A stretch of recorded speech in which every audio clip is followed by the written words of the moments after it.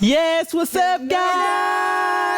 Il est 20h, c'est le kick-off de Sex and Sun. Moi c'est Maxi, je suis trop contente de vous retrouver. Voilà, vous avez toutes mes infos ici. Et vous savez bien que cette émission, je ne la fais pas toute seule puisqu'il y a aussi notre Killa Cross qui fait un boulot de dingue. D'ailleurs, on lui fait un gros big up, mais il y a aussi mes deux copines, mes deux acolytes, Queenie et Marie. Comment est-ce que vous allez? Hey. On va super bien. Et comme Maxi l'a dit, vous êtes dans Sex and Sun. C'est cette émission où on parle de sexualité, on parle de relationnel, on parle de rapport à son corps et toutes ces autres petites questions tabous que tu n'oses pas toujours poser à ta maman ou même parfois dont tu n'oses pas parler entre potes. Et ici, tu peux les poser à Marie, notre experte en coquinerie en tout genre. Marie, comment tu vas?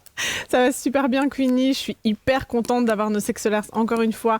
Ils sont présents dans le chat. Donc, n'hésitez pas à venir nous poser toutes vos questions. Il n'y a aucune question qui est taboue avec nous. Donc, voilà, vous avez 1 heure entière pour qu'on vous y réponde. Yes. Alors, juste après cette intro plus que magnifique, je vous propose de passer aux préliminaires. Évidemment, Queenie. Quelqu'un qui ne fait pas les préliminaires, t'es d'accord avec ça? Commence avec les préliminaires, c'est très important. Et justement, dans les préliminaires, on vous parle de la question du jour et on vous demande, se faire augmenter les fesses, ça devient de plus en plus commun. Mais quel est votre avis sur cette opération qui est de plus en plus à la mode de nos jours? Vous nous balancez tout ça en commentaire si vous connaissez la copine de la copine qui l'a fait, si vous-même vous l'avez fait ou que vous aimeriez bien le faire, n'hésitez pas à venir nous en parler en commentaire, posez vos questions, donnez vos avis. On est là pour discuter pendant 1 heure. Alors on a Max qui dit si les gens se sentent mieux comme ça, ils font ce qu'ils veulent. Alors il y a Léonie qui nous dit je pense que ça vient de la télé-réalité. On va en parler de ça justement. On va en parler. On a Ilona qui nous dit c'est vrai que c'est mieux d'avoir des fesses naturelles mais chacun fait ce qu'il veut après. On a Alam qui dit il faut s'accepter comme on est. Mais parfois Marie, quand on n'arrive pas à s'accepter comme on est, quels sont les conseils que tu peux donner? Parce que voilà, il y en a, parfois on peut avoir des complexes, des choses qu'on ne peut pas changer. Parce que parfois, par exemple, si tu as un complexe parce que tu es trop mince ou parce que tu es trop gros, tu peux te dire je vais faire un effort ou manger plus ou avoir une alimentation variée pour pouvoir grossir ou pour pouvoir maigrir. Mais il y a des choses comme par exemple les gros seins, les petites fesses, etc. sont des choses qu'on ne peut pas vraiment changer. Quels sont les conseils que tu pourrais donner pour réussir à s'accepter? Surtout que quand on dit il faut absolument qu'on s'accepte comme on est parce que Dieu nous a fait comme ça ou parce que c'est plutôt naturel, il faut savoir qu'on n'est pas tous égales et égaux devant la beauté, devant les standards de beauté qui sont acceptés dans la société de tous les jours. Donc à partir du moment où tu sais que ton physique est peut-être moins regardé que certaines autres personnes, peut-être que ça te ferait du bien d'avoir une chirurgie esthétique ou de faire d'autres choses pour arriver à ce même standard, pour être traité de la même façon. Donc il faut juste être réaliste et si tu n'as pas envie de passer à la chirurgie esthétique, tu peux aussi faire un travail sur soi, mais ça demande vraiment beaucoup d'efforts. Essayer d'aller voir un psychologue pour vraiment comprendre d'où vient ce mal-être et comprendre comment s'aimer soi-même. Mais je comprends que c'est pas du tout facile dans le monde dans lequel on est aujourd'hui. Non, de ouf. Et en plus, ça me fait penser à la rappeuse Dream Doll. Je sais pas si vous connaissez les sexolars ou même ici les filles. Elle, en fait, on l'a invitée sur un show là sur YouTube et dans l'interview, elle a avoué, elle a dit franchement, je me suis fait refaire les fesses. Je suis partie en Colombie. Comment on appelle ça encore? Tourisme. C'est comment on appelle ça? Tourisme médical en fait. Tourisme médical, exactement. Ouais. Elle est partie en Colombie pour se faire refaire les fesses et elle regrette parce qu'en fait, elle a dit, je l'ai fait parce que je sais que mon copain me disait des choses parfois ça me blessait ou à mon avis je me disais mais finalement en fait c'est pas si bien que ça hein, tu vois, et ça l'a poussée à le faire. Je dis pas que c'est son copain qui l'a obligé, c'est juste que à force, tu vois, quand les gens font des remarques ou des commentaires, tu commences à regarder ton corps autrement. Et elle a dit voilà, je l'ai fait aujourd'hui, mais ne vous faites pas refaire quelque chose sur votre corps pour les autres, quoi. Mais il y a des gens qui te créent des complexes, quoi. Avant, tu peux être hyper confiante et après avoir vécu une relation ou après avoir entendu quelque chose une fois, tu commences à te poser la question. Moi, je me souviens, j'ai été dans un rendez-vous, je voulais me faire retirer un bouton une fois et c'était dans une chirurgie, dans une clinique à Uccle. Voilà, j'ai été là-bas et le médecin, après avoir regardé ce bouton, m'a dit mais mademoiselle, vous avez des marques là, vous n'avez pas la même couleur partout. Est-ce que vous voulez pas vous faire des séances laser laser et je suis sortie de là. Et j'étais là, mais en fait, je suis pas venue pour ça. Et maintenant, je me sens complexée par rapport à mon type de peau. Et tu vois que le mec, il sait vendre son produit, quoi. Non, de ouf. C'était dingue. Ouais, mais c'est pas c'est ça qui est choquant limite, on parle pas de biscuits, de madeleine, de cookies, on parle de genre un corps, enfin c'est vital. Ouais. Donc s'il se passe quelque chose de mal, tu peux clamser quoi. Ouais, vraiment. Alors ici, on a un commentaire ici de Amy Sunshine qui me fait un peu rire. Elle dit je suis pour, enfin elle n'est pas contre, les personnes font ce qu'elles veulent, mais le truc c'est qu'il faut assumer, la personne avoue et qu'elle en fait au lieu de supposer que c'est naturel. C'est vrai qu'il y a pas mal de gens qui vont faire des chirurgies, qui vont nier, qui vont dire... Je vais par exemple citer une qui a souvent nié la chirurgie esthétique, c'est Kylie Jenner qui est assez populaire. Elle a souvent nié, non, je me suis jamais fait refaire les lèvres, je me suis jamais... Bon, pour les faits, je pense qu'elle pourra pas nous mentir.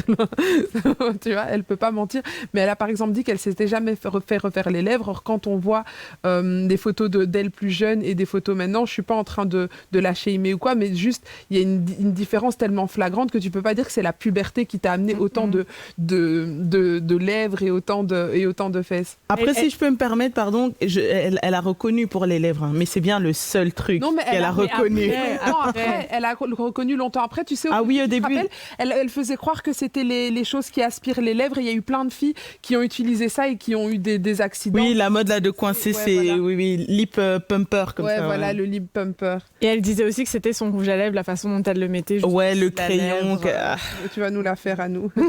Après, ici, qu'on soit bien d'accord, s'il y a des gens qui viennent de débarquer d'ailleurs, on est dans Sex and Sen avec Queenie et avec Marie. Et ce soir, on parle des opérations chirurgicales qui visent à augmenter la taille et le volume des fesses. Qu'est-ce que t'en penses? Est-ce que tu connais le Brazilian butt lift et tu penses que cette mode autour d'avoir un boule de ouf, ça vient d'où? Comment ça se fait qu'on est dedans et qu'il y a de plus en plus de filles, parce qu'il peut y avoir aussi des garçons, en tout cas il y a de plus en plus de personnes qui ont recours à cette intervention. Donc dis-nous tout dans les commentaires. Et le but aussi aujourd'hui, c'est pas de juger les personnes qui font de la chirurgie esthétique. Bien évidemment, chacun fait ce qu'il veut de son corps tant qu'il est à l'aise avec et qu'il n'y a pas de risque pour la santé. Alors ici, moi je propose qu'après ce petit rappel de Maxi, on passe au chat. Qu'est-ce que la streetwear a dit, Queenie?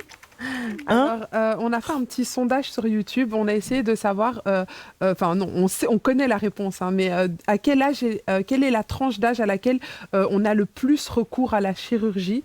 Alors, on vous avait proposé 20 à 25 ans, 25 à 30 ans et 30 à 35 ans. Alors, selon vous, les gars, quel est l'âge auquel on a le plus souvent recours à la chirurgie? N'hésitez pas à nous balancer en commentaire si vous avez vos avis. En tout cas, sur YouTube, ils ont répondu. Il y en avait 59% qui ont pensé que ça se passe entre 20 et 25 ans, 31% qui ont pensé que ça se passe entre 25 et 30 ans et 11% pour 30 à 35 ans. Et la bonne réponse, c'est 25 à 30 ans. C'est entre 25 et 30 ans qu'on a le plus souvent recours à la chirurgie. Je serais tombée dans le panneau en tout cas. Tu serais tombée dans le panneau. J'aurais mis plus jeune. Ben, moi, ça ne m'étonne pas parce que je pense que entre 20 et 25 ans, on y pense, mais on n'a pas encore les moyens. Et que c'est entre 25 et 30 ans qu'on commence à tout ce à quoi on a pensé quand on avait 20 ans. Eh ben, on se dit, ben, maintenant, j'ai les moyens de le mettre en place, je travaille, je fais ci, je fais ça. C'est une façon de voir les choses, c'est vrai. Je pense. Non, mais moi aussi, j'aurais dit entre 20 et 25. Franchement, je me serais jamais dit entre 25 et 30. Mais on n'a pas les sous pour faire ça entre 25 et 30. Mais il y a beaucoup de jeunes qui se font... leurs parents leur donnent l'argent, en fait. C'est vrai. Leurs parents... Moi, j'ai déjà entendu ça pour rapetissir... pas rapetissir, réduire la taille un peu, tu vois, voilà, des oreilles, ça, j'ai déjà entendu. Et il y avait une fille dans ma classe en secondaire qui avait fait cette opération parce qu'elle était super méga complexée par ça. Et ouais, ses parents ont payé. Alors, en fait, au final, c'est aussi de la chirurgie esthétique. Mais c'est de la chirurgie esthétique. C'est de la chirurgie esthétique, c'est même pas au final. Parce que peut-être qu'il y a des gens qui tombent dans le panneau de directement penser uniquement aux seins, aux fesses, aux lèvres. Alors qu'il y a tellement plein d'autres choses. Il y a tellement d'autres... plein de chirurgies, il y en a même qui se font mettre des abdos, il y en a qui se font mettre des pectoraux. Mais franchement, cette chirurgie des abdos là, je comprends pas. Ça a l'air. Mais c'est vrai que je trouve que le résultat est pas au point. Le résultat est pas top. Alors Queenie, est-ce qu'il y a quelques commentaires sur le live? Alors, ici, il y a un commentaire qui va m'amener à la suite du programme. C'est Isia qui nous dit cette mode, ça vient des hommes et des médias. Et justement, on a été dans la rue, on vous a fait un petit micro-trottoir, on vous a demandé D'où venait en fait cette mode qu'on peut voir sur Instagram, ces gros fessiers, ces grosses poitrines, les tailles hyper fines. On vous a demandé à votre avis d'où ça venait. On a été dans la rue et vous avez répondu. Balance-nous les images, s'il te plaît, Kiki. Est-ce que les corps qu'on voit maintenant un petit peu partout sur Instagram, tu sais, les tailles très fines, des gros derrière, des gros seins, des lèvres super pulpeuses, pour te faire la description au cas où si tu n'es pas sur Insta, est-ce que ce sont des corps qui te font rêver? Pour moi, c'est du faux en fait. Donc je suis pas ultra fan de ça personnellement. On va être honnête un peu quand même. Pourquoi ça te fait rêver? Je sais pas, c'est un peu l'image parfaite que tout le monde a. Mais après, je m'accepte comme je suis, mais c'est vrai que si je pouvais être un peu plus comme les modèles Instagram, ça me ferait plaisir, quoi. Non, c'est trop gros, c'est dérangeant je trouve, parce qu'après il y a tout le monde qui mate derrière dans la rue. Je trouve que c'est dérangeant pour le mec. Toutes les filles essayent de ressembler à ça. Donc ça sert à quoi si on est toutes pareilles, on est des clones? Ça sert à rien. Parfois ça me fait rêver. Qu'est-ce qui te fait rêver? Elles sont toutes bonnes. Ouais, genre, gros seins. Ça ne fait pas rêver quel jeune en fait. Ça fait rêver tout le monde.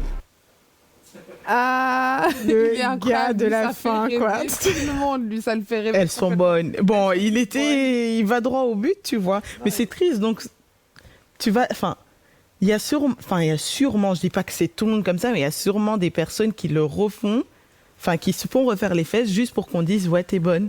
Parce que c'est peut-être une façon d'être valorisée. Je dis pas tout le monde. Oui, il y a une partie qui ont clairement besoin de reconnaissance, mais c'est aussi, tu peux faire plein d'autres choses pour que les gens te voient. Et donc, il y a certaines personnes qui ont recours à la chirurgie, il y en a d'autres qui ont recours à la mode, au maquillage, à l'humour, tu vois. Voilà, c'est juste certaines façons où tu peux être vu. Alors ici, j'ai vu un commentaire de Ilona qui dit « La société et surtout les groupes de socialisation influencent beaucoup nos pensées, nos jugements sur les autres et même sur nous-mêmes. C'est très complexe comme sujet tout de même. » Puis, j'en ai vu un autre qui m'a échappé. Attendez, je l'ai perdu, mais c'est pas grave. Je vais lire celui de Princesse Nono qui dit « Les grosses fesses, c'est une mode. Ça peut redevenir... obscène, je pense, ou has-been, pardon, has-been. Attends, je vais bien le relire. Les grosses fesses, c'est une mode, ça peut redevenir has-been. Voilà. Exactement. Et je vois dans les commentaires que l'opération pour se faire recoller les oreilles, c'est une opération qui se fait assez jeune. On a Leslie qui dit qu'elle l'a fait à 13 ans. On a une autre personne qui dit j'ai un ami qui l'a fait à 11 ans. Et je pense que ça, c'est l'opération que les parents veulent bien payer. Parce que moi, tu sais, j'avais un garçon dans ma classe, je me rappelle, qui avait les oreilles un peu décollées. Et je me mets à sa place, c'était un enfer. Les autres étaient tout le temps là, Dumbo, Dumbo. Et les gens se moquaient énormément de lui dans la classe et je pense qu'il en a beaucoup souffert. Et donc je pense que c'est compréhensible que des parents se disent attends, j'en ai marre que mon enfant souffre. Et je pense que c'est une opération qui n'est pas très dangereuse. Mais de toute façon, dans toutes les chirurgies, que ce soit esthétique ou non, mais dans toutes les chirurgies esthétiques, il y a un risque. Ça, il faut juste savoir. Même pour l'opération des oreilles, comme ça? Il y a toujours un risque. Le risque zéro n'existe pas, mais bien sûr, elle peut peut-être avoir moins de risques mortels qu'un butt lift. Ça, c'est sûr. C'est pas... mais je ne connais pas les chiffres, mais sachez qu'à chaque opération, il y a un risque de mort. Ça, c'est certain. Alors, on nous dit aussi ici, il y a presque toutes les personnes de télé-réalité qui se sont fait refaire, mais bon, c'est leur choix. C'est vrai que la télé-réalité, on en parlera plus tard. Oui, mais en plus, j'ai vu une interview de Sam Zira très intéressante. Je l'ai vu aussi. Là. Et je vais en parler.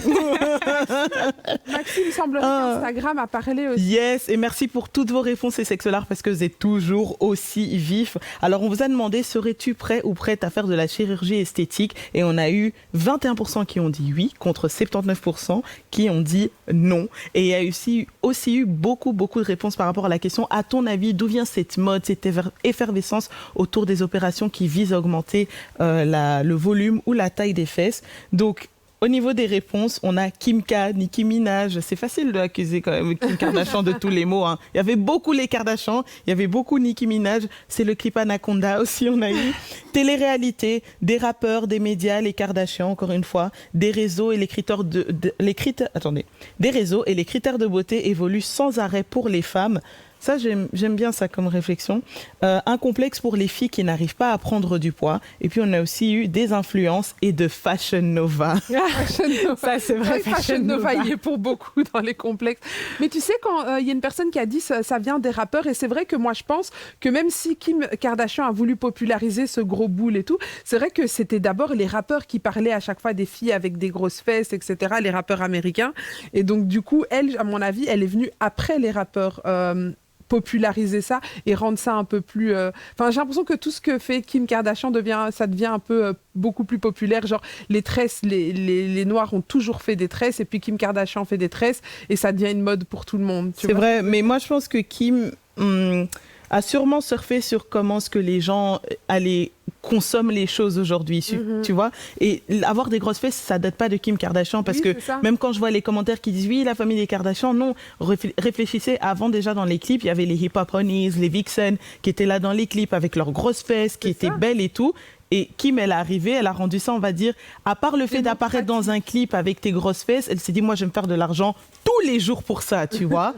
Donc voilà, que je fais des photoshoots, que ci, que ça. Mais c'est pas la faute des Kardashians. Il y avait déjà ce phénomène d'avoir des grosses fesses à l'époque. Et peut-être que quand il y avait les hip-hop Honeys et les Vixen qui sont dans les clips, c'était pas, on va dire, le standard de beauté, c'était la minceur, peut-être, on va dire. Alors que maintenant, on va sur quelque chose où on veut des femmes rondes, alors qu'avant, dans les tableaux, même les femmes rondes. Ils veulent des femmes avec des... Elles veulent qu'elles aient une taille de 3 cm et demi, des grosses fesses et des gros seins. Oui, ok, c'est vrai. Pas femmes rondes, mais je veux dire, qui ont des formes, quoi. Tu vois, elles sont je sais pas comment dire en français, elles sont pulpeuses, voilà.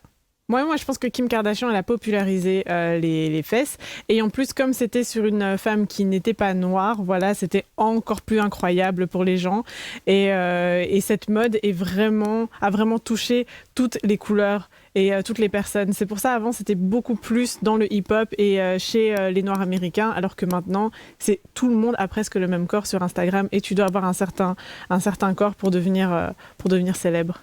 Il y a Soy Circulea qui pose une question et qui dit: est-ce qu'on peut qualifier une opération des dents comme esthétique? Oui, tout ce qui est... alors, ils appellent ça, en anglais, veneer. Nécessaire. Que ce soit nécessaire ou pas? Non, mais je veux dire, par exemple, une chirurgie qu'on considère comme esthétique, ça veut dire tant que si tu ne la fais pas, ça ne va pas engager ton pronostic vital ou ta santé.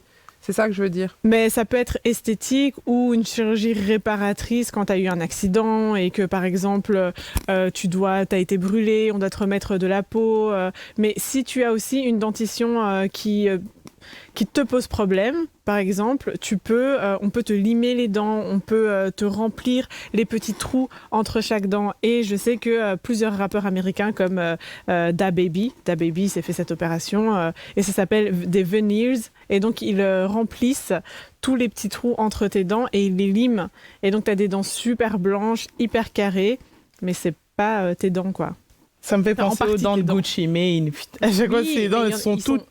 Il y en a beaucoup qui ont fait ça, hein. Ça coûte quelques milliers de dollars, mais c'est la première chose que certains rappeurs ou footballeurs comme Cristiano Ronaldo, il a refait ses dents aussi.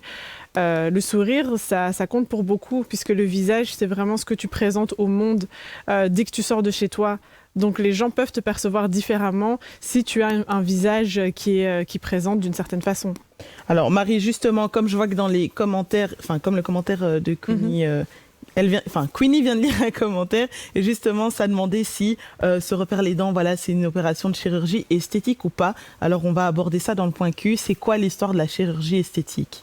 Mais l'histoire de la chirurgie esthétique, elle est très très importante à comprendre. Donc l'histoire de la chirurgie esthétique, en fait, elle est assez liée au XXe siècle, qui est liée à la Première et à la Deuxième Guerre mondiale. Parce que quand on a commencé à faire de la chirurgie esthétique, c'était pour les soldats qui avaient été blessés sur le front.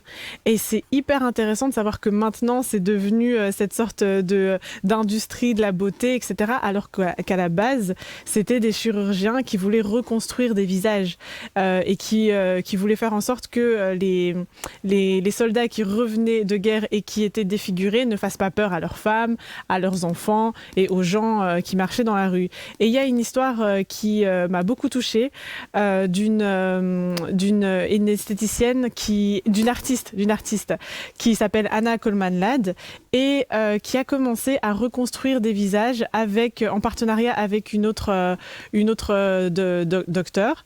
Et elle reconstruisait les visages des soldats. Et on peut voir, on a une image, et ça s'appelait des opérations maxillo-faciales. C'est juste après celle-là. Des opérations maximales. Juste après. Voilà, c'est ça. Alors vous voyez que la première personne, c'est quand le soldat est rentré de guerre, il était défiguré. Et puis tu as la petite reconstruction faciale. Donc c'était des moulures qu'elle faisait et qu'elle collait au visage pour qu'il soit plus acceptable dans la société. Et ça m'a vraiment beaucoup touchée. Il y avait une petite erreur technique parce qu'à la base, avant de vous parler de ça, je devais vous parler de l'autoplastie, qui est la chirurgie des oreilles que l'on colle et qui en fait était la première chirurgie qui était qui était la première, qui était la plus faite en fait. C'est la chirurgie la plus célèbre au tout début de l'histoire de la chirurgie. C'est de ça dont j'ai parlé, même un des sexolars aussi a fait un commentaire dessus. Oui, okay. Donc on voit l'incision qui est faite au-dessus et puis on voit que on a coupé un petit bout de peau pour que l'oreille soit un peu recollée en arrière. Et c'est l'une des chirurgies les plus populaires que l'on fait à des enfants, que l'on continue à faire aujourd'hui parce que on décide que les oreilles décollées, en fait, c'est pas dans les standards de beauté, c'est pas beau et on appelle les gens Dumbo. Et voilà. Et donc, quand on regarde à l'histoire de la chirurgie, c'était d'abord ça partait de ça. Et puis, les chirurgiens, après les 2 guerres, ils ont commencé à créer des sociétés savantes pour un peu se familiariser avec la chirurgie esthétique. Et c'est là où c'est devenu une vraie science, un vrai travail. Et aujourd'hui, on a le Brazilian butt lift. C'est passé de tout à tout. Hein, voilà. C'est vraiment, au début, tu reconstruisais. On fait toujours de la chirurgie reconstructrice, mais maintenant on a des vraies chirurgies esthétiques pour améliorer ton physique, et dont le Brazilian butt lift qui est hyper populaire, qui tient son nom du Brésil parce que le Brésil est le 2e pays au monde où on a le plus de chirurgie esthétique après les États-Unis. Et cette méthode, elle a été inventée, son nom porte... Le nom de cette méthode porte le nom du Brésil à cause de ça. Et donc, on prend des tissus graisseux, on prend de la graisse que l'on enfonce dans des tissus dans les fesses. Donc, par exemple, tu as des poignées d'amour, on te prend de la graisse dans les poignées d'amour et on te met ça dans tes tissus aux fesses pour que tes fesses soient plus grosses. Mais le problème, c'est que ça a l'air hyper simple comme opération, mais il y a plein de gens qui ne savent pas le faire et qui envoient la graisse dans les veines. Et donc, tu as des embolies qui se créent et tu as des femmes qui meurent en pleine opération. Et il y a un célèbre chirurgien qui a été arrêté parce que il a fait cette opération chez lui. J'ai entendu cette histoire. Voilà, et il s'appelait le docteur Bum Bum, docteur Popotin. Bum Bum. Docteur Popotin, et sa patiente, malheureusement, elle a fait 4 arrêts cardiaques sur sa table. 4. Et elle est décédée et il a fait 4 jours en cavale et on l'a arrêté à la fin parce que il a tué sa patiente, quoi. Et il le faisait très très mal, donc il faut faire hyper attention. Mais c'est ouf parce que tu vois ça et puis tu sais qu'il y a des tantines qui font des enroules dans des caves, elles utilisent des produits qu'on est censé utiliser sur un chantier, tu vois, si tu construis une maison, oui, du ciment. Cardi s'est fait mettre du ciment, les Michel. Enfin, franchement, c'est triste quoi d'en arriver à un point où tu peux même risquer ta vie. Oui, tu risques ta vie. Donc, si on te dit, viens chez moi, dans ma chambre, je fais des injections, non, tu n'y vas pas. No way. On veut un erreur. L'erreur. Déjà, dans les hôpitaux, les gens meurent. Alors, dans les chambres et dans les caves, ouais, ça, c'est mort. Oh, alors, Queenie, ça dit quoi côté comments? Du côté des commentaires, on nous parle des chirurgies. On nous demande la chirurgie de Michael Jackson. Qu'en pensez-vous? Je pense que, voilà, on va pas parler des personnes défuntes. Ils sont plus là pour se défendre. Après, c'est un personnage public, tu vois. Genre, c'est la pop culture. Moi, c'est trop compliqué. Trop chipoté, c'est devenu trop compliqué. Pour moi, voilà, c'est Michael Jackson. Voilà, il a fait toute la chirurgie qu'il a fait. Mais toute sa vie, ça a été comme ça. Quoi. On a connu Michael Jackson avec ce petit nez, sa couleur de peau qui a changé. Le menton bien. Le menton pointu. J'ai rien à dire là-dessus, en fait. J'ai pas d'avis. On nous demande notre avis. Moi, j'ai pas d'avis là-dessus. Qu'est-ce qu'on nous dit encore? Il y a Tiff Jean 1. Si je le dis bien, ma pote a été à un date et le mec n'a pas continué à la voir car d'après ses mots, c'est une planche à pain. tu vois, ça, des c'est pas vrais sympa. trucs. Comment tu peux dire C'est un ça bail qui comme ça, crée un des date? complexes, en fait. C'est vraiment ce genre de réflexion, de réaction qu'après la fille, elle va rentrer chez elle, elle va se dire ah c'est vrai en fait j'ai rien, j'ai pas de seins, j'ai pas de fesses. Et là tu commences à y penser tout le temps et puis tu deviens complexé et puis tu as envie de chirurgie et puis c'est de là que ça vient. Surtout que tous les goûts sont dans la nature, tu vois. Il y a des gars qui préfèrent les petits seins, il y a des gars qui préfèrent les gros seins, il y a des gars qui aiment les deux. Donc voilà, dis-toi qu'il n'y a pas un seul standard de beauté dans le monde. Alors, pardon, je voulais juste vous donner un petit chiffre. Hein. Selon le journal donc de la chirurgie esthétique, il faut savoir qu'en 2016, ils ont fait un peu plus de 20 000 opérations, même pour être exact, 20 301 augmentation de fesses avec greffe, donc transfert de graisse. Et donc ça, c'est 10% de plus que 2017, pardon. Ah ouais, quand même. Donc, ou non, attendez. 10% pardon. de plus qu'en... En fait, en 2016, pardon, il y a eu 20 000 opérations, 20 306 opérations pour augmenter la taille des fesses avec transfert de graisse. Wow. Et il y en a eu plus en 2017. Bon, donc, on voit vraiment que ça monte, c'est en train d'aller vers... Non, mais c'est en train de monter. Et pour tout ça, ce soir, on voulait inviter quelqu'un dans l'émission qui a eu une chirurgie esthétique parce qu'on est 3 filles et malheureusement ou heureusement, je ne sais pas, mais aucune d'entre nous n'a eu recours à la chirurgie esthétique et on voulait avoir... La vie n'est pas terminée. La vie n'est pas terminée. Donc, to be continued. Et on va appeler Brenda aujourd'hui qui a voulu nous parler de son témoignage. We calling Brenda. Ouais, ça sonne. Hello. Oui, allô. Hello Brenda. Allô. Bonjour. Oui. Ça va? Bonjour, ça va, merci et vous? Ça va. Écoute, merci vraiment de nous accorder un peu de temps pour nous parler de ton histoire. Donc, je rappelle ton nom, tu t'appelles Brenda et aujourd'hui tu as 24 ans, c'est bien ça? C'est bien ça. Donc, tu as déjà eu recours à la chirurgie esthétique et dis-nous, qu'est-ce que tu as fait? Et à quel âge? L'opération la plus courante, je dirais, une augmentation mammaire. Et j'avais 18 ans, j'allais sur mes 19 quand je l'ai fait. Ah bah plutôt, on disait que c'était pas les jeunes de 18 ans, mais plutôt entre 25 et 30. Est-ce que toi, c'était vraiment une décision que tu voulais faire? C'était quelque chose que tu voulais faire depuis longtemps? Oui, ça faisait depuis mes 16 ans que j'y réfléchissais. Et voilà, dès que j'ai trouvé un job étudiant, j'ai travaillé pour m'offrir ma paire de seins, on va dire. Et donc c'est toi qui as payé tout entièrement, oui, quoi. C'est ça. Ouais, franchement, bravo. Hein.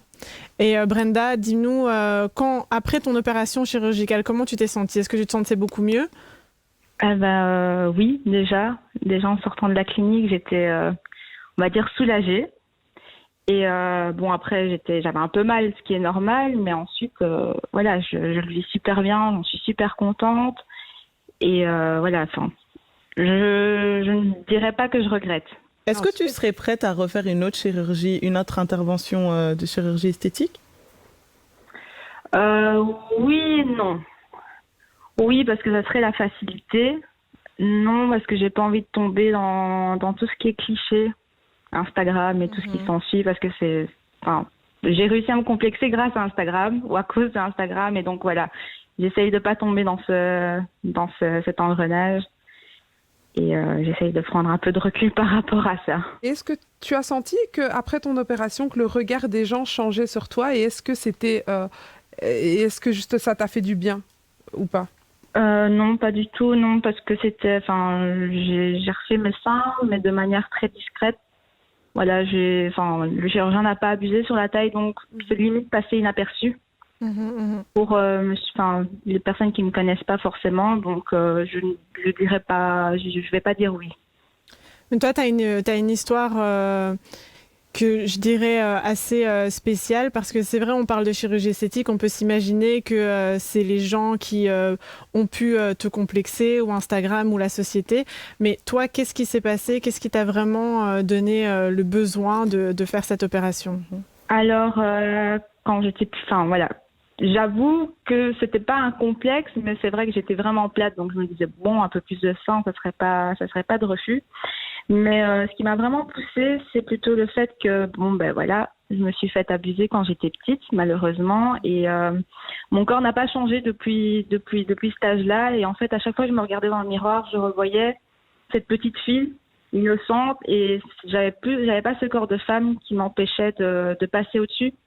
Et donc, au fur et à mesure, j'y ai pensé et j'ai sauté le pas, vraiment pas pour l'esthétique, mais vraiment pour le côté psychologique qu'il y a derrière. Et c'est ça que je disais, qu'en sortant de la clinique, je me suis sentie soulagée parce que j'avais vraiment l'impression de laisser ce bagage derrière moi et de plus me le traîner comme un boulet. C'est pour ça que j'en parle ouvertement maintenant et que je trouve que ça doit pas être tabou. Que justement, faut pas, le fait que ça soit tabou, c'est protéger, c'est, on va dire, ces ordures. Mais voilà, et donc du coup, ça m'a vraiment permis de passer outre et de me sentir bien dans mon corps de femme et de me dire voilà, la fille c'est fini, et tu es une femme maintenant, tu as un corps de femme et voilà. Et je trouve que les seins, c'était vrai. Enfin, on va dire, il faut pas ça pour qu'on soit une femme, mais c'est la représentation physique qu'on a d'une femme, une femme avec des formes, des seins. Et malheureusement, il me manquait ceci, donc voilà.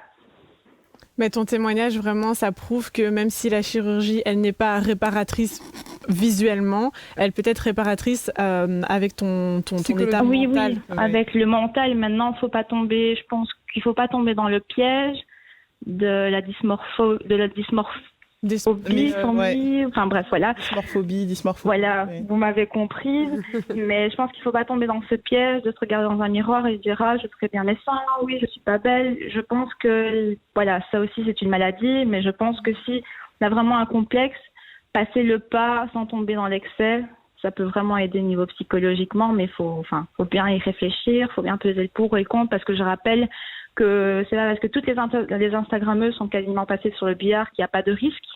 Exactement. C'est super important de le préciser parce que, on s'en rend pas compte forcément comme ça, mais les injections aux lèvres, on peut faire des allergies, un sein, il y a la poche qui peut se rompre. Faut pas oublier qu'un sein, normalement, ça se remplace.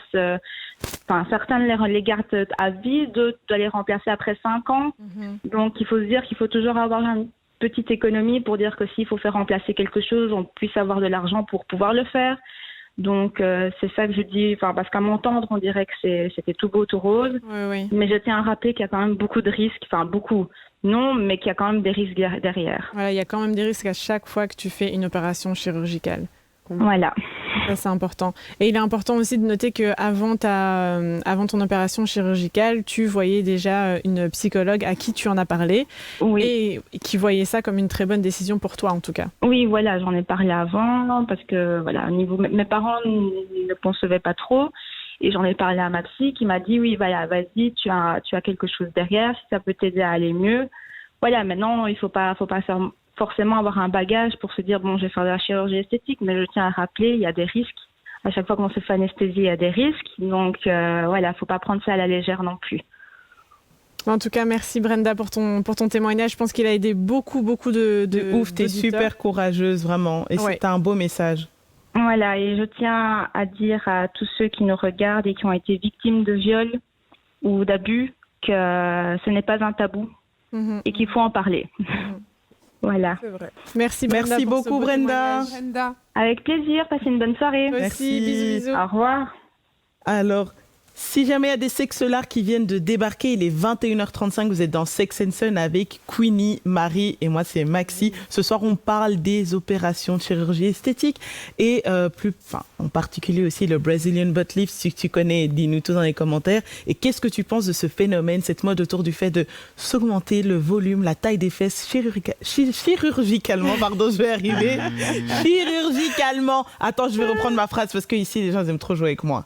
Qu'est-ce que tu penses de cette mode et ce phénomène autour de se faire augmenter la taille ou le volume des fesses chirurgicalement? Dis-nous tout dans les commentaires. Et on a vu pas mal de commentaires des sexolars. Queenie, énormément. je vais faire le taf.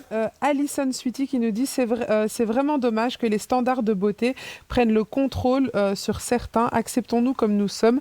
La beauté est subjective. Nous sommes tous beaux et belles.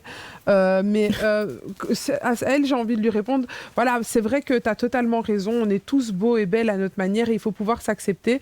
Mais comme on vient d'entendre dans le témoignage de Brenda, par exemple, parfois, il y a des blessures psychologiques qui ça peut guérir, ça peut aider.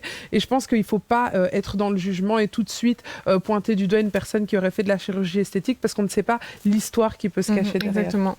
Exactement. Alors, qu'est-ce qu'on nous dit encore? Est-ce que c'est vraiment vrai? Est-ce qu'on peut transformer un homme en femme? Alors, Marie, est-ce que tu peux répondre à cette question? Est-ce qu'il parle de la chirurgie lorsqu'on... c'est la réattribution. Réattribution du sexe. Oui, c'est tout à fait possible. Il y a des chirurgiens qui sont spécialisés dans cette opération. C'est un peu technique, mais c'est tout à fait possible. Mais il y a certaines personnes qui décident de ne pas se la faire, qui décident juste de faire les seins ou d'avoir des attributs féminins, mais pas de changer le sexe. Donc ça dépend de chacun. Alors ici, on a Francesca, c'est complètement l'inverse avec elle, puisqu'elle dit « Moi, je suis complexée parce que j'ai des seins et des fesses naturelles, mais plusieurs personnes pensent que j'ai fait de la chirurgie. » C'est vraiment le schéma inverse. Elle est victime de la mode. Parfait. Ben voilà, Vanessa, je pense qu'il ne faut pas avoir honte. Dis-toi que c'est ton corps, même si les gens ne te croient pas, tu ne vis pas pour eux. Ça doit être vraiment saoulant d'avoir toujours des personnes qui viennent te dire ça, mais essaye de ne pas en faire, de ne pas les écouter, de continuer ta vie. Et dis-toi, voilà, c'est bien qu'on pense que tu as amélioré ton physique pour l'avoir, alors que non, c'est tout à fait naturel. Alors on a Eloy qui te pose une question et qui dit « Après avoir subi une telle opération, n'y aura-t-il pas des conséquences ?» Oui, il peut avoir des conséquences post-op. Il y a des personnes, l'implant en fait ne reste pas bien, vieillit très très mal, comme l'a dit Brenda au téléphone. Il y a des implants qui commencent à couler aussi. Et s'aplatissent aussi, j'ai entendu. S'aplatissent, qui changent aussi, qui changent carrément de place, qui font des tours à 90 degrés. Enfin, c'est vraiment un truc de dingue. Mais le pire, c'est quand ils commencent à couler. Et qu'après, ça peut te apporter une septicémie et tu peux en mourir, quoi. Donc, tu sais que j'étais tombée sur un reportage il n'y a pas longtemps et je pense qu'il était passé sur la RTBF et il disait que en fait les implants en silicone, même quand ils ne coulent pas, donc dans le sens où ils seraient défectueux, en fait ils sointent, en fait c'est impossible que ça ne sorte pas, et donc toutes les personnes qui ont du silicone dans le corps se retrouvent avec des résidus de silicone qui peuvent aller se placer dans la colonne vertébrale et ailleurs, et ça peut parfois être très dangereux et causer des maladies graves. Donc oui, surtout qu'au départ, là, je ne sais pas si vous vous souvenez, les premiers implants de ma mère étaient vraiment très rudimentaires, quoi. Aujourd'hui, il y a vraiment des nouveaux qui sont moins dangereux pour la santé, qui ont un toucher beaucoup plus naturel. Donc c'est vrai que les femmes qui se sont fait opérer il y a 20 ans, aujourd'hui, il y en a beaucoup qui refont des opérations pour retirer et en mettre des nouveaux, parce que c'est beaucoup moins dangereux. Et il y a aussi des opérations qui sont hyper populaires, les lip fillers, ou tous les fillers qu'on se met dans le visage. Et en fait, ils bougent. Donc ça veut dire que quand tu te refais faire les lèvres, parce que tu dois refaire ça tous les 6 mois ou tous les 8 mois, en fait, le liquide que l'on t'injecte dans le visage ne disparaît pas. Il migre. Il migre juste sur ton visage. Autre part, mais ça fait pas gonfler avec le... Si, justement. En fait, quand tu te fais tu essaies d'avoir comment ça s'appelle le truc à la Kardashian. La pommette, là, bien... Oui, la pommette, le contouring naturel. Dès que tu l'as fait, en fait, je sais pas si vous avez vu les photos des influenceurs, t'as l'impression qu'ils ont vraiment une pommette saillante. Creuse. Mais en fait, non, c'est juste après l'opération et ça commence à gonfler. Par contre, celui à côté des Kim Kardashian, je vois pas. Hein. Je vois pas de la pommette. Je pense qu'on va en parler plus tard de son cas. Mais donc, attends, Kim, elle aura enlevé son petit bail là ici? Non, en fait, ce que je veux dire, c'est que les fillers que tu te mets dans le visage, ils bougent, ils vont jamais disparaître. Ok. Tu dois les refaire plusieurs fois, tu vois. Dois les refaire plusieurs fois. Et donc, c'est ça qui fait que les gens ont des visages boursouflés, comme les Bogdanov ou d'autres personnes qui ont fait beaucoup de chirurgie. Tu vois, et vraiment, ils ont le visage gonflé. Et c'est les fillers, en fait. Tout ce qui s'injecte dans le visage. Marie, justement, on parlait de Kim Kardashian. Il serait peut-être temps qu'on se pose la question de est-ce que la télé-réalité a une influence dans tout ça? Parce que nous, on a nos petits avis, et même quand on a 3 en off et tout, souvent, quand on discute, il y a souvent la télé-réalité qui revient, mais quelle est vraiment l'implication de toutes ces émissions, quoi, et de tous ces corps et toutes ces filles aux lèvres pulpeuses et tout ça, tout ça? Donc, on va passer au deuxième point Q. Il n'y a pas de petite roulette. Tu peux distiller. Je l'attendais. Il n'y en aura pas, c'est tout. Mais oui. Bon, allez, on te la met puisque tu la veux. Tiens ta roue. Merci. Donc oui, c'est vrai que lorsqu'on réfléchit à la chirurgie esthétique, il y a un endroit où elle est hyper assumée, c'est dans les téléréalités. On a bien sûr Keeping Up with the Kardashians. Si on va en Angleterre, on a Geordie Shore, là où maintenant les filles ont presque toutes le même visage après 2 ou 3 saisons. C'est de dingue. Enfin, moi, ça me choque. Je reconnais même plus qui est qui. T'as Ex on the Beach, mais t'as aussi les télés francophones comme La Bataille des couples, Les Ch'tis, La Revanche des couples. Franchement, je les connais pas toutes. Genre. Il y a les princes et les princesses de l'amour. Si tu veux, Les Marseillais contre le reste du monde. Les Marseillais versus... Il y a Moundir et les apprentis aventuriers. Oui, mais Les ça va. Ça, c'est naturel. Mais non, c'est pas naturel. C'est les mêmes filles que tu vois dans les... Bah oui, Maëva, elle a fait les Moundir. Ah, je savais pas. Je suis pas à jour. T'inquiète. En off, on va tout expliquer. Mais avant de donner mon avis, j'ai voulu vous donner l'avis de la rue. Alors, qu'est-ce qu'en pensent les sexologues dans la rue ? Selon toi, pourquoi est-ce que tu penses que ces gros fessiers, ils sont autant à la mode ? Pourquoi est-ce que les gens les aiment autant ? Pour moi, ça vient plus de la télé, télé-réalité, etc., qui mettent en avant les personnes qui font ça. Et du coup, sur Instagram, les filles sur Instagram font ça pour ressembler un peu à ces gens-là. Un peu de télé-réalité, des grandes icônes de la télé-réalité. Je pense aux Kardashians, on va pas se mentir. Hein. Je pense que c'est ça, un peu Internet et les médias. Je crois que c'est les Kim Kardashian et tout qui ont fait cette mode, je crois. Déjà des États-Unis, des stars, des télé-réalités, Kylie Jenner, Beyoncé avec ses hanches, tout ça. Ouais, c'est exactement ça. La vie est unanime. Hein. C'est la télé-réalité. Non, c'est les Kardashians, surtout Kardashians, ils font tout. Mais moi, je veux un peu retirer c'est pas le blâme, hein, mais je veux dire, être à la télé, être une star de télé-réalité, en fait, c'est beaucoup de pression. Et j'ai remarqué qu'à la première saison, elles sont toujours assez naturelles, normales. Et que plus les saisons avancent, et plus tu vois des changements physiques. Et en fait, on s'est rendu compte que avec le temps, elles sont vraiment mises sous pression. On les critique tout le temps, on fait tout le temps des petites piques sur leur physique. Et elles regardent tout le temps les critiques, quoi. Et donc, les gens, ça les rend hyper parano, ils commencent à se faire de la chirurgie esthétique et ça devient pour certaines personnes totalement démesuré. Et ce que j'ai appris, c'est que pour certains Instagrammeurs, YouTubeurs ou influenceurs, ils sont carrément démarchés par les cliniques et par les chirurgiens. Et donc on leur dit voilà, vous allez venir chez nous, on va vous faire des opérations gratuitement et en échange, vous faites un peu la pub. Et j'étais vraiment choquée. C'est des révélations qu'on a eues de Sam Zira, qui est aussi un influenceur, youtubeur, et lui qui a été faire des vidéos 1 ou 2 fois, je pense, en suivant des Instagrammeuses sur place. Et une fois, il a fait ça en Tunisie. Et puis, il s'est dit, mais c'est pas normal, en fait, que ça se passe comme ça. Jusqu'à ce que la clinique lui dise, on va essayer de te passer un contrat. Donc, tu seras sous contrat chez nous et tu nous envoies plusieurs filles, plusieurs clientes par mois. Ils lui ont dit, là, on est à 25, 50 clientes par mois, mais on a envie de passer à 100, 150 clientes. Donc, envoie-nous le plus de clientes possible. Et nous, voilà, quoi, on fait notre pub et on essaye que ça roule et que qu'on fasse des opérations à la chaîne. Et il y a des fans qui ont été hyper séduites par tout ça. Et il y en a une qui raconte qu'elle a été là-bas et ils se faisaient opérer comme dans une industrie, quoi. Genre un par un. À la chaîne. À la chaîne. Elle s'est fait opérer à 2h du matin. En pleine nuit. Et son opération s'est super mal passée.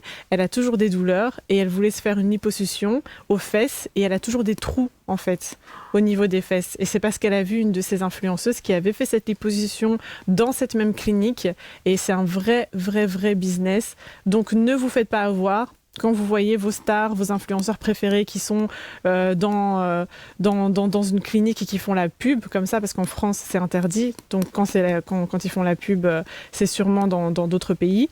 Et faites attention au prix. Renseignez-vous, c'est hyper important.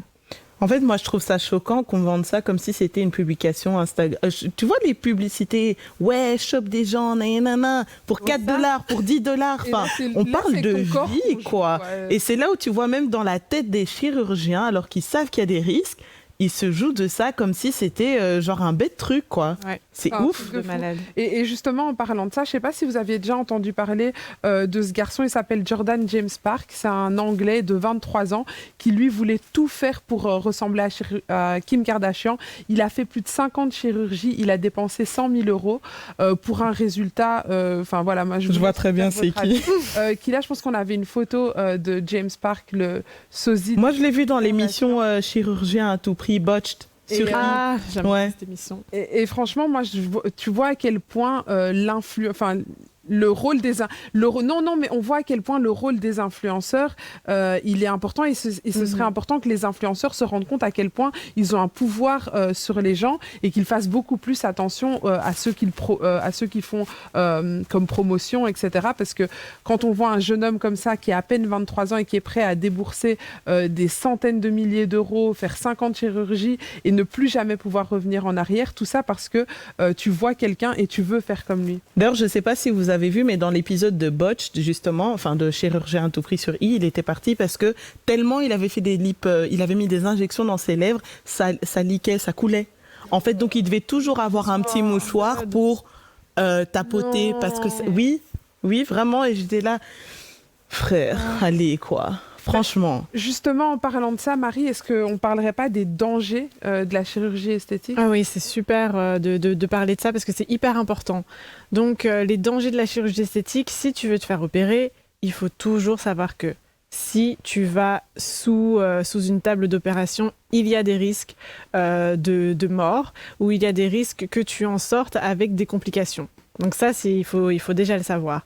La première chose que tu dois faire avant de vraiment passer sous le couteau, c'est de faire des recherches. Il faut que tu fasses des recherches sur le prix, sur la clinique, sur le médecin qui va t'opérer, etc., etc. C'est hyper, hyper important parce qu'il y a trop de patients qui vont se faire opérer sans connaître les risques, sans savoir si le médecin est hyper spécialisé dans cette technique.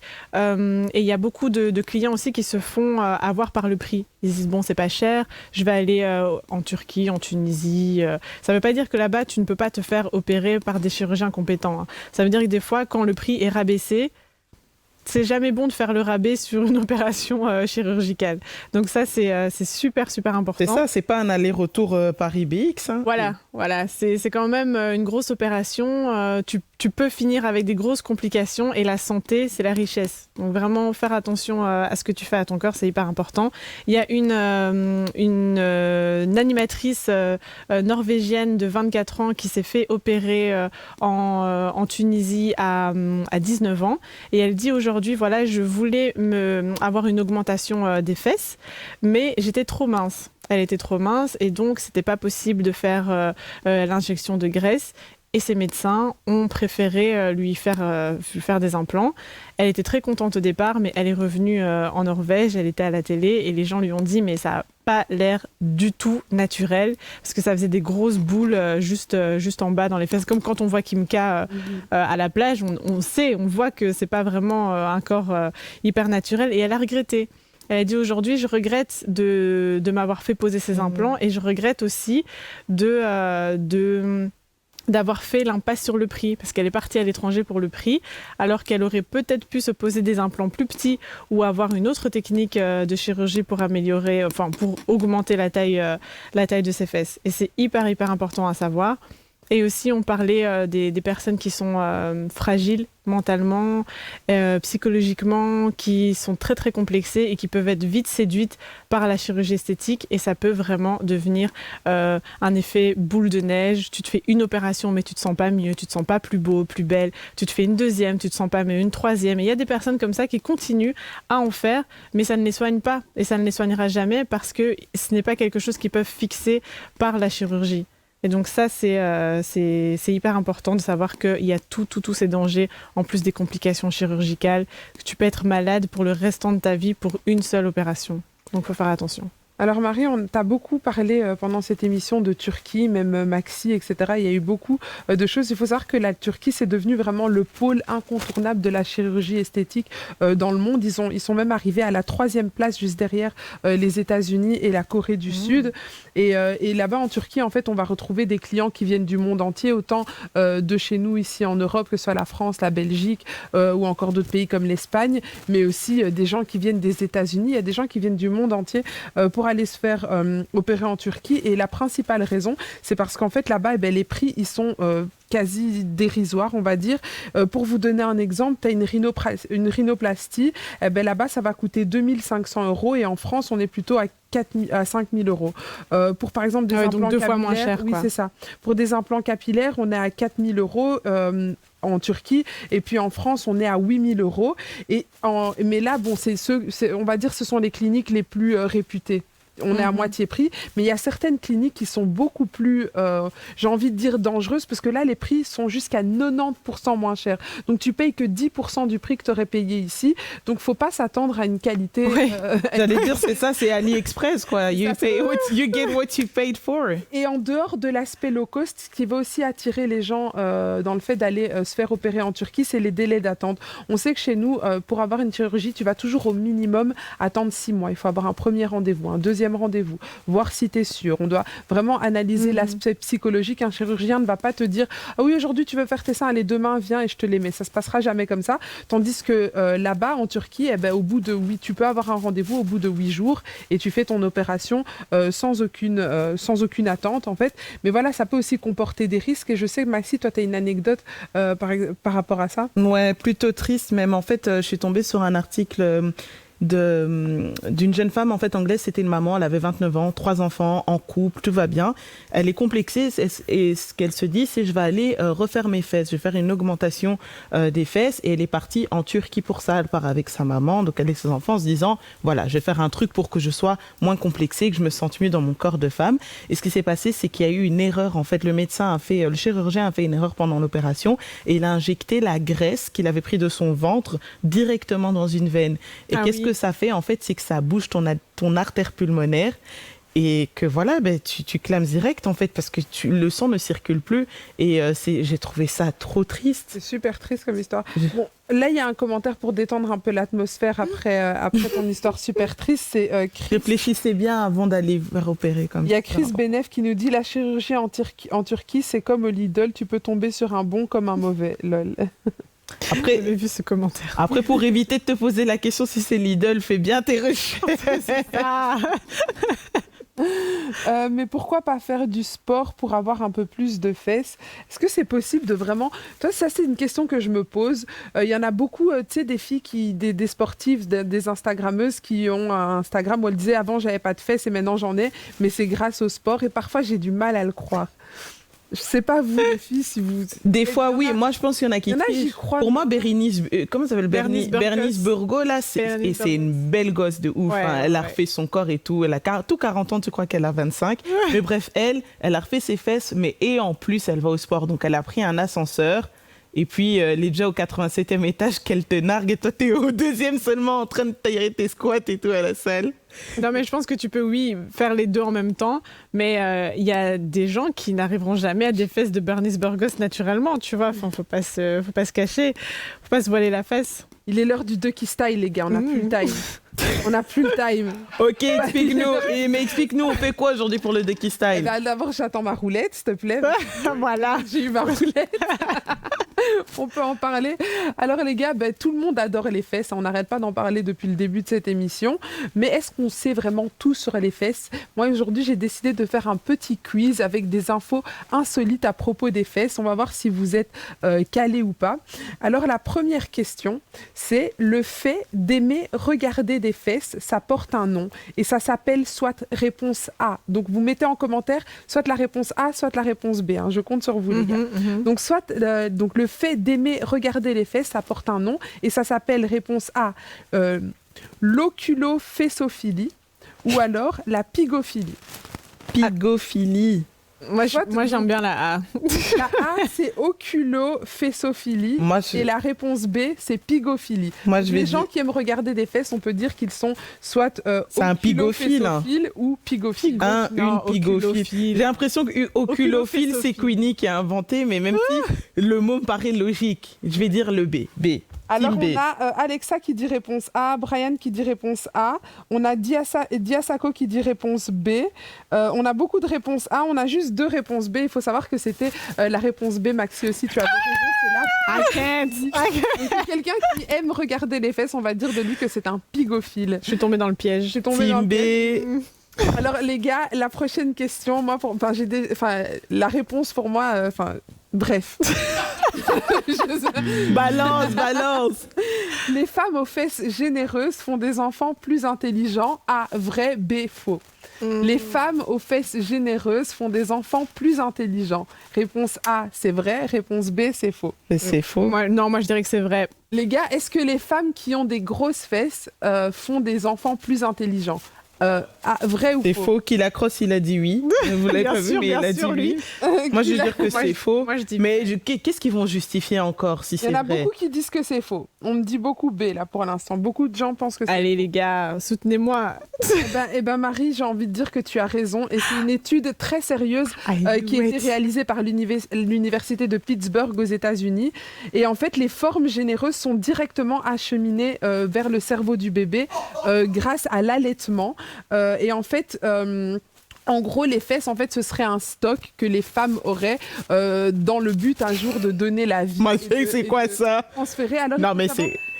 C'est une étude très sérieuse et en fait, dans les fesses, en fait, et dans les hanches, elles sont enrichies en DHA. C'est un acide qui est présent dans le cerveau humain et alors dans le développement de l'enfant. Le fait d'avoir des grosses fesses, en fait, ça va vraiment avoir une meilleure achemination de toutes ces comment on appelle ça, ces acides dont le cerveau a besoin, en fait, tout simplement. Il y a Brian PRT qui dit « Ma mère, elle a pas de cul, pourtant je suis intelligent. » Oui, mais peut-être qu'elle a de la graisse placée un peu sur les hanches. Voilà, c'est ça, c'est les graisses. Bon, fini, il te reste juste une toute petite question. On a juste le temps pour ça, rapidement. Dernière question, alors, laquelle je vais faire? Celle-là. Le muscle grand gluétal qui se trouve au niveau des fesses est le plus grand muscle du corps humain, vrai ou faux? Non. Je pense que c'est un muscle des jambes. Je sais que c'est un muscle des jambes. Je vais dire faux. B pour moi, faux. Vrai. C'est le muscle le plus grand du monde. Du monde. Du corps, pardon. Et voilà, les gars, on est fini avec le Ducky Style. Merci à tous les sexelars d'avoir répondu en commentaire, de nous avoir donné vos avis, vos expériences. Merci à Brenda aussi pour son témoignage qui était super. Merci, fort. Oui. Et merci à vous, les girls. Merci à toi, Queenie. Merci à nos sexelars encore une fois d'avoir été là pendant toute cette heure. On se retrouve dimanche prochain à 20h. Bisous. Mouah. Sexe.